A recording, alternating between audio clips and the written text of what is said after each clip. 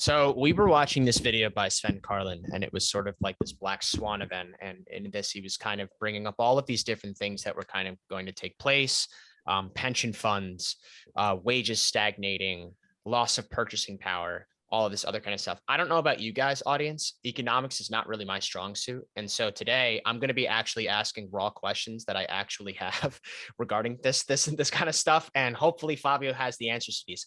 So Fabio, what even is a black swan event? And then how does this like really pertain to me? Like, why should I care about this? All right. So Black Swan event is something that you're not really, it's coming out of left field. It's going to be a surprise. And then why does it pertain to you or in the investing community? Well, because I presume you want to live a comfortable life and also you want to make money, right? So those are my assumptions about you. And if that's correct, then understanding more or less what's going on in the world can help you kind of make or dodge mistakes, right? So also, it can help you understand like where it is good to allocate capital, because if you are an American citizen, what's happening is you have a recency bias, right? And when I say recency bias, I'm talking about perhaps your entire lifetime, the entire lifetime of your parents, and the entire lifetime of your grandparents. That United States, see, because humans live short lives. So the world has been around for a long time. So the recency bias is the United States has been a very good place to invest. Okay. Very good place. And so for the most part has Europe for also a longer period of time as well. So wealth is in the West currently. And that's the recency bias that I'm talking about. And then you have to be worried about your optimism bias. So the optimism bias is the belief in which people are naturally optimistic that something bad will not happen, at least to them, right? So you have to be aware of those things. And then you have to acknowledge when sometimes they're clouding your judgment, right? So it may be true. It may be that nothing bad will happen to you in your lifetime, but it also may not be true, right?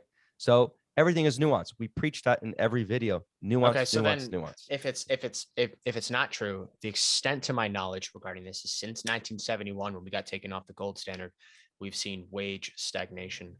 At least where my mind goes with this somewhat. is that as inflation rises and wages are stagnating, the purchasing power of the dollar will go down by default.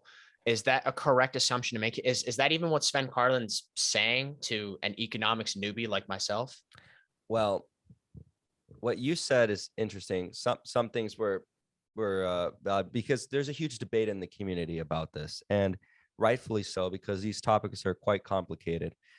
However, so we know for a fact, yes, your value, your purchasing power has been declining for quite some time now. We know that to be a fact. So I'll like reel us in and then stick and talk around the facts. And then what Sven Carlin is saying is that the Black Swan event is said loss of purchasing power and with the inability to grow. Okay, so specifically, I think his first point was about pension funds.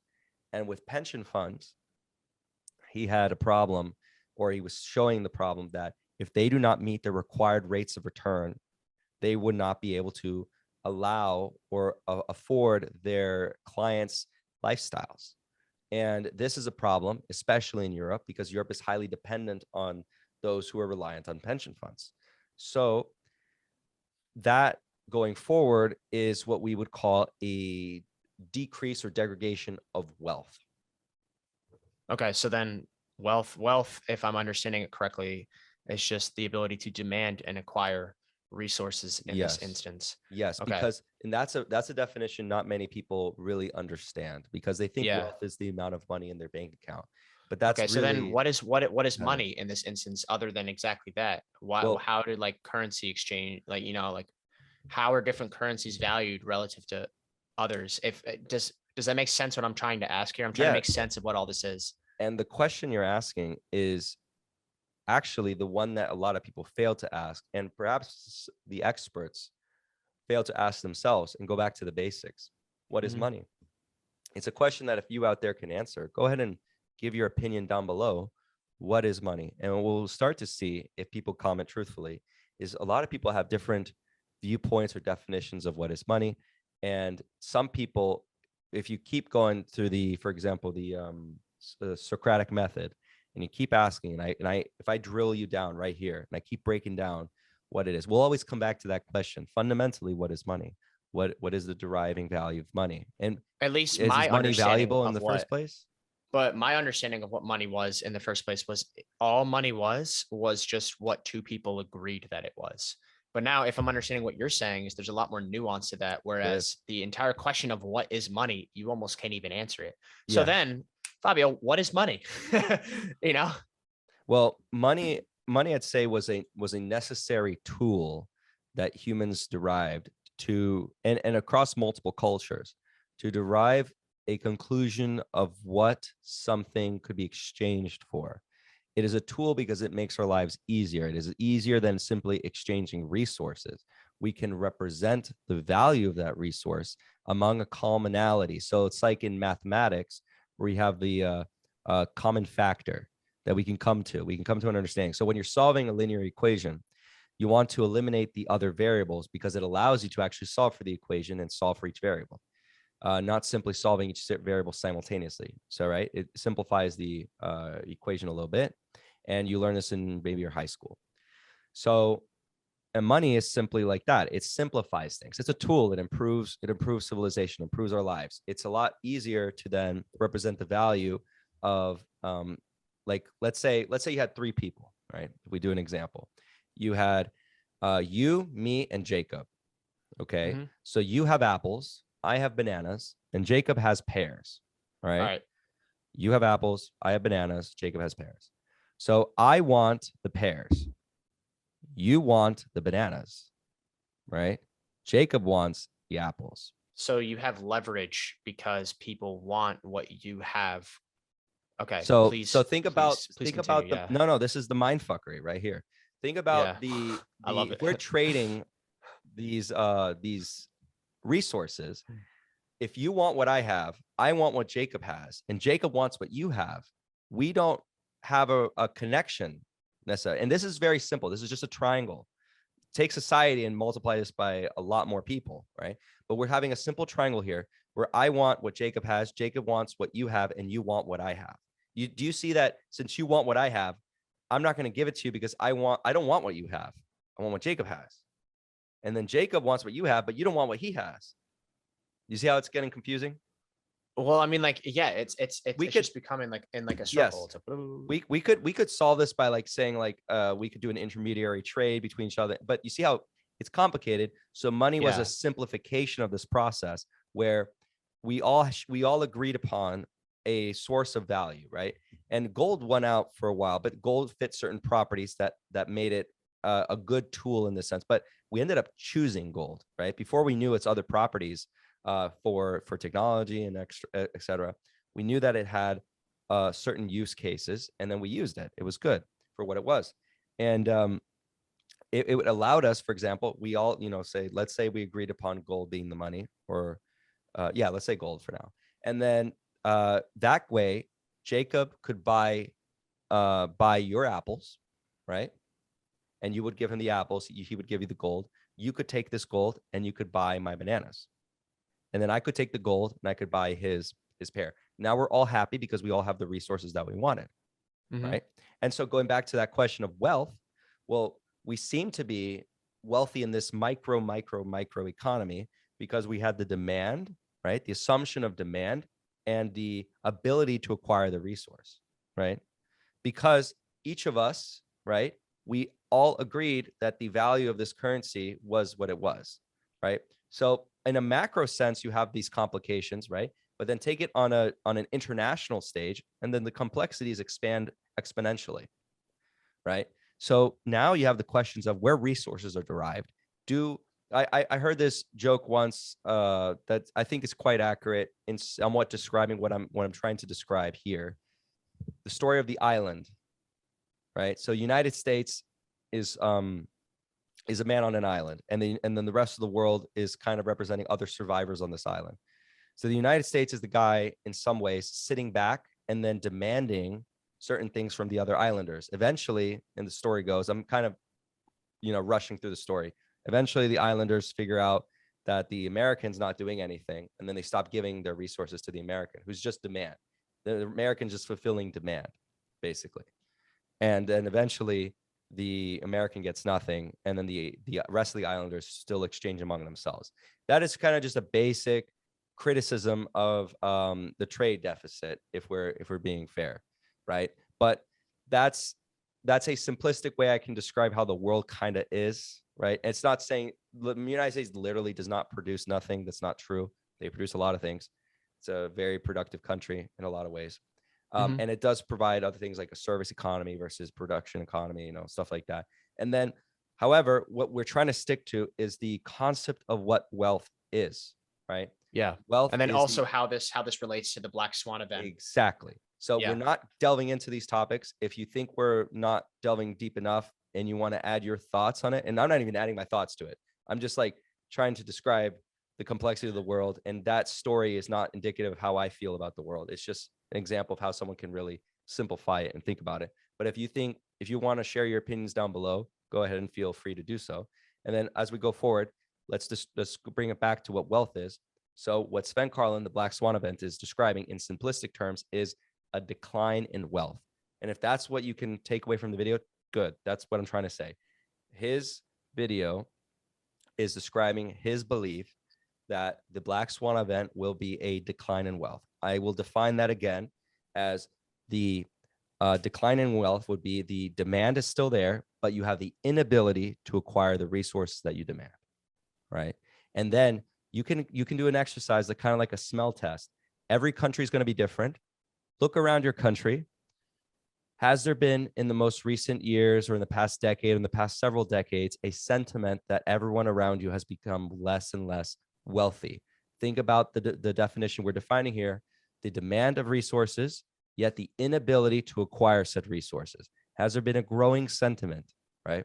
And you can comment down below if that's been happening in your country and from what country you're from. And then if we're going to see maybe if people respond, how many of them are Western countries, right? And typically a rule of thumb is when you're number one, the desire to become number one isn't there anymore because you're already number one. Yeah, it's like, and then whoever's number two wants to desperately become number one, and then number one inevitably becomes number two again because number three because they slack down. So yeah, like if you really think about it, you have the first world, second world, and third world.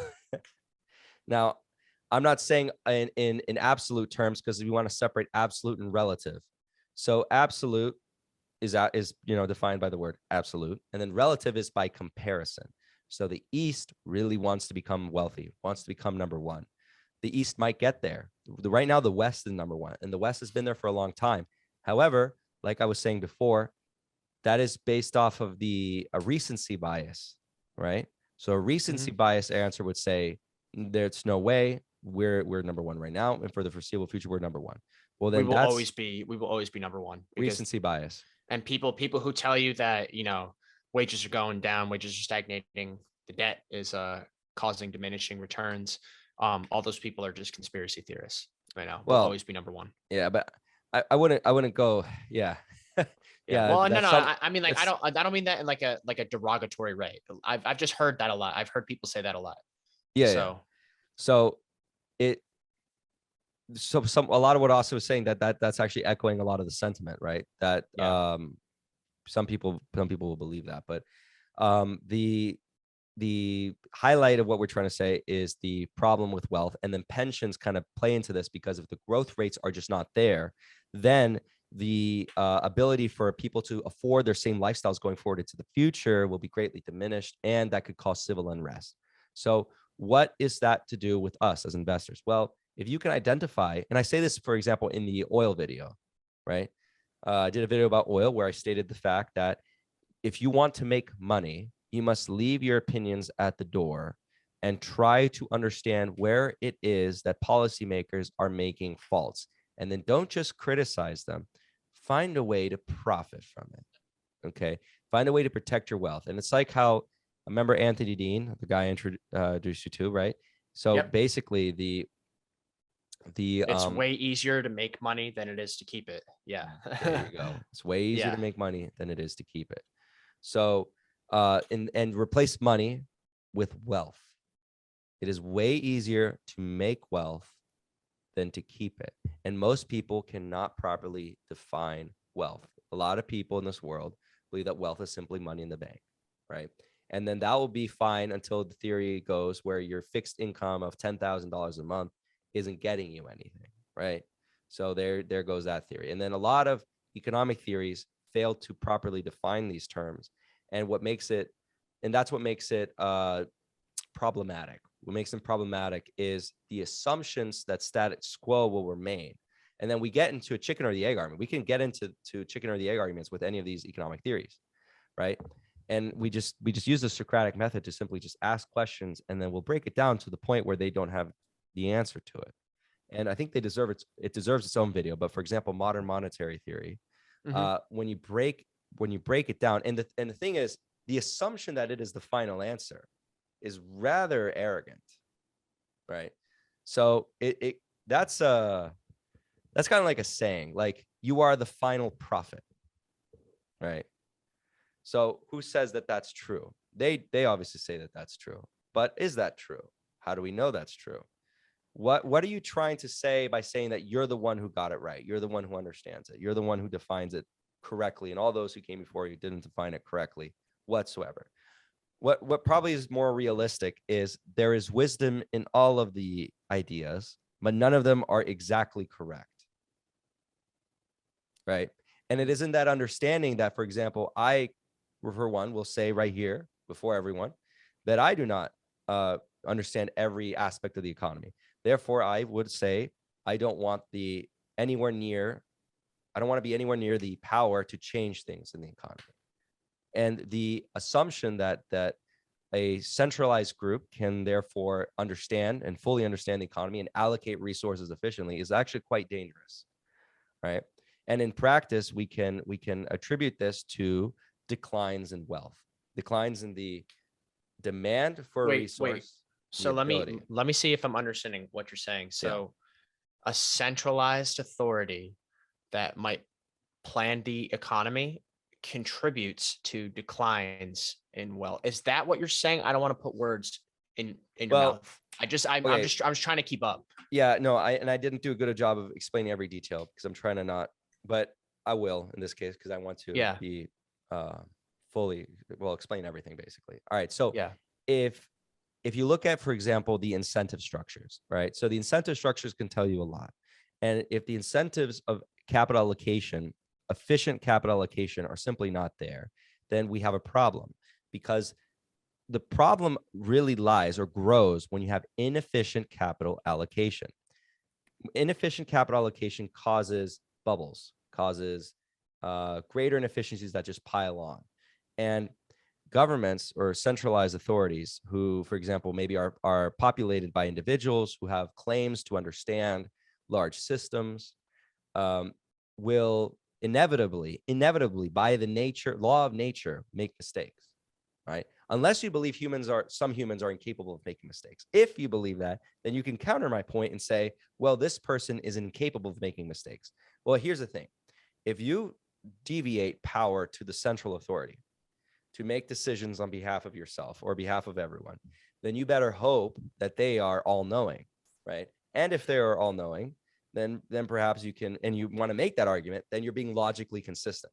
However, if you're in your logic tree that you formulate, you say that no one is all-knowing, then why on earth would the society delegate to a single authority the power to do certain things, right? To command where resources go specifically, because that's an attribute of something that is all-knowing, right? Something that has the power to delegate resources is something that would somehow, right, know everything and know how to effectively do it. Now, if you admit that that's not the case, then we come to a problem, right?